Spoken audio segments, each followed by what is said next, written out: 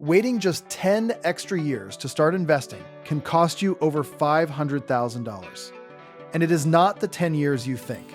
Most people assume the real damage happens if you wait until your 40s to start. But when you actually run the historical math using the same average returns the American stock market has delivered for decades, the most expensive decade to lose turns out to be the one almost nobody warns you about. And by the end of this video, you are going to see the exact numbers side by side and understand precisely why one single decade matters more than any other in your entire financial life.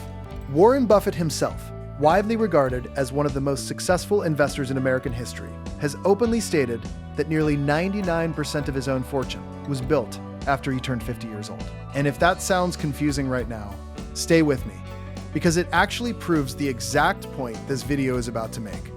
By the end of this video, you will see the actual side-by-side numbers comparing someone who starts investing at 20, 30, and 40. You will understand exactly why compounding makes one specific decade of delay more costly than any other, and you will know precisely what to do today, regardless of which age group you currently fall into.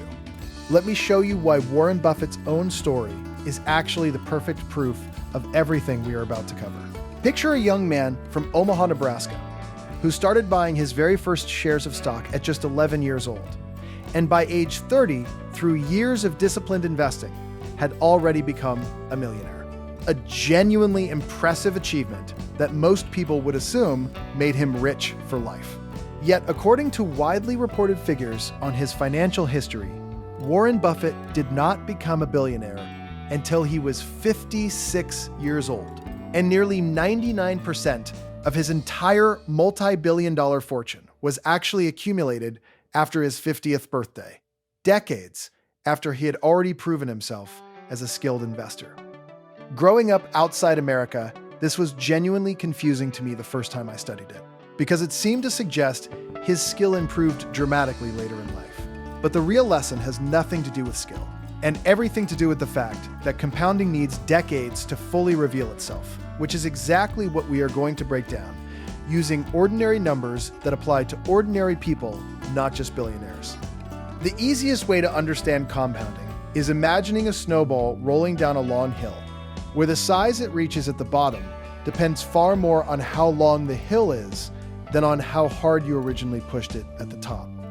Using the historical average return of the S&P 500 index, which has returned approximately 10% annually over the past 50 plus years, according to widely published market data. Someone investing $250 a month starting at age 20 and continuing until age 65 would end up with an illustrative projected total of roughly $2,150,000, based purely on that historical average and not a guaranteed outcome. That same $250 a month, started instead at age 30 and continuing to 65, produces an illustrative total closer to $813,000. And started at age 40, the same monthly amount produces an illustrative total closer to $295,000. Three completely different outcomes from the exact same monthly contribution, with the only variable being when the clock actually started. But here is what most people completely miss about this. Here is the piece that nobody talks about, because most financial content warns you about the gap between starting at 20 versus 40, when the truly painful gap is actually hidden inside the middle decade between 30 and 40. Based on those same illustrative projections, the difference between starting at age 30 and starting at age 40 comes out to slightly over $500,000, which means the single decade between your 30th and 40th birthday can be more expensive to delay than almost any other stretch of your entire working life, purely because that decade sits right where compounding growth begins accelerating most sharply. Picture two coworkers turning 30 the same year, one of whom opens a 401k retirement account or an individual retirement account immediately, while the other tells themselves they will start once things feel more financially stable.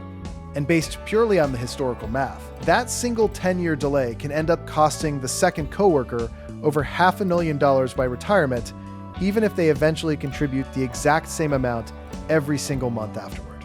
Now, this is where it gets genuinely interesting. Here is the thing most people do not realize.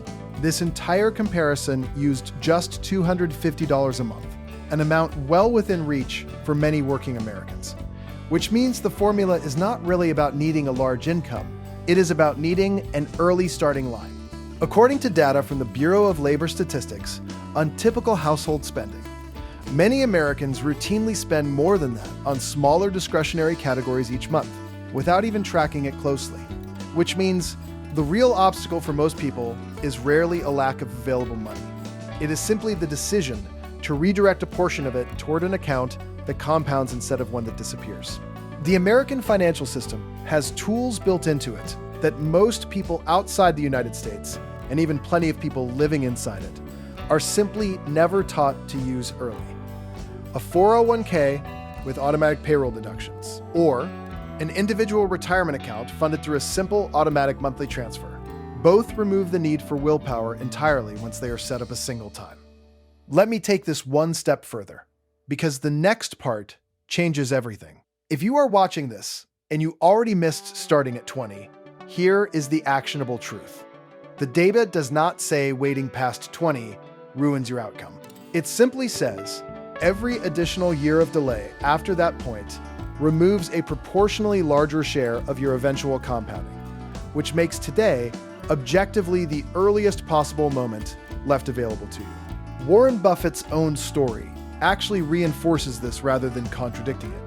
Because even though he started investing at 11 years old, the overwhelming majority of his wealth still did not appear until after several additional decades of continuous compounding had passed. Which means the real lesson from his life is not start impossibly early. It is start now and then let the decades that follow do the heavy lifting. The specific action step here is opening a 401k through your employer, if one is available, confirming you are contributing enough to receive any employer match, and if no employer plan exists, opening an individual retirement account directly. Because based on the historical math, the single most expensive financial decision available to you right now is simply choosing to wait another year. This is the moment where most people's understanding of money changes completely. Because the real enemy was never a lack of money. It was always a lack of time. Quick recap before the full comparison locks in. Starting at 20 produces the largest illustrative total, starting at 30 still produces strong growth, and starting at 40 loses out on the most powerful compounding decade of all. Now let me show you exactly why that 30 to 40 gap is the specific $500,000 warning nobody gives you. Remember the $500,000 figure promised at the very start of this video. Here it is in full context.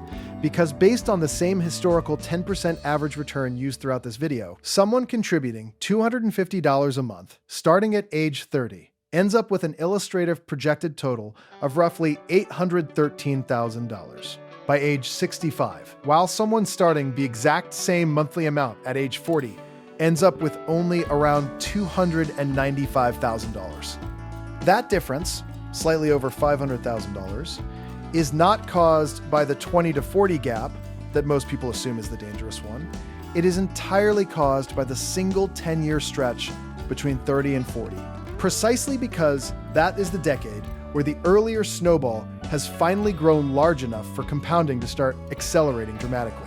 The exact same acceleration that eventually turned Warren Buffett's early millions into billions decades later. The real warning nobody gives you is not hurry up and start in your 20s. It is, do not assume your 30s are still early, because based on the historical math, that specific decade may be the single most expensive one to postpone in your entire financial life. And it is the exact decade a huge number of people quietly tell themselves they still have time to spare. Whatever age you are watching this at, the historical math is not asking you to have started perfectly. It is simply asking you to stop waiting for a more comfortable decade that compounding will never actually reward the same way. If this video changed how you think about your own timeline, send it to the one person in your life who just turned 30 and keep saying they will start investing once things settle down. That specific decade is exactly the one this video is about. Next video, I am breaking down why the average American's biggest wealth killer is not a lack of income at all, but a specific spending habit tied directly to lifestyle inflation. Stick around for that one.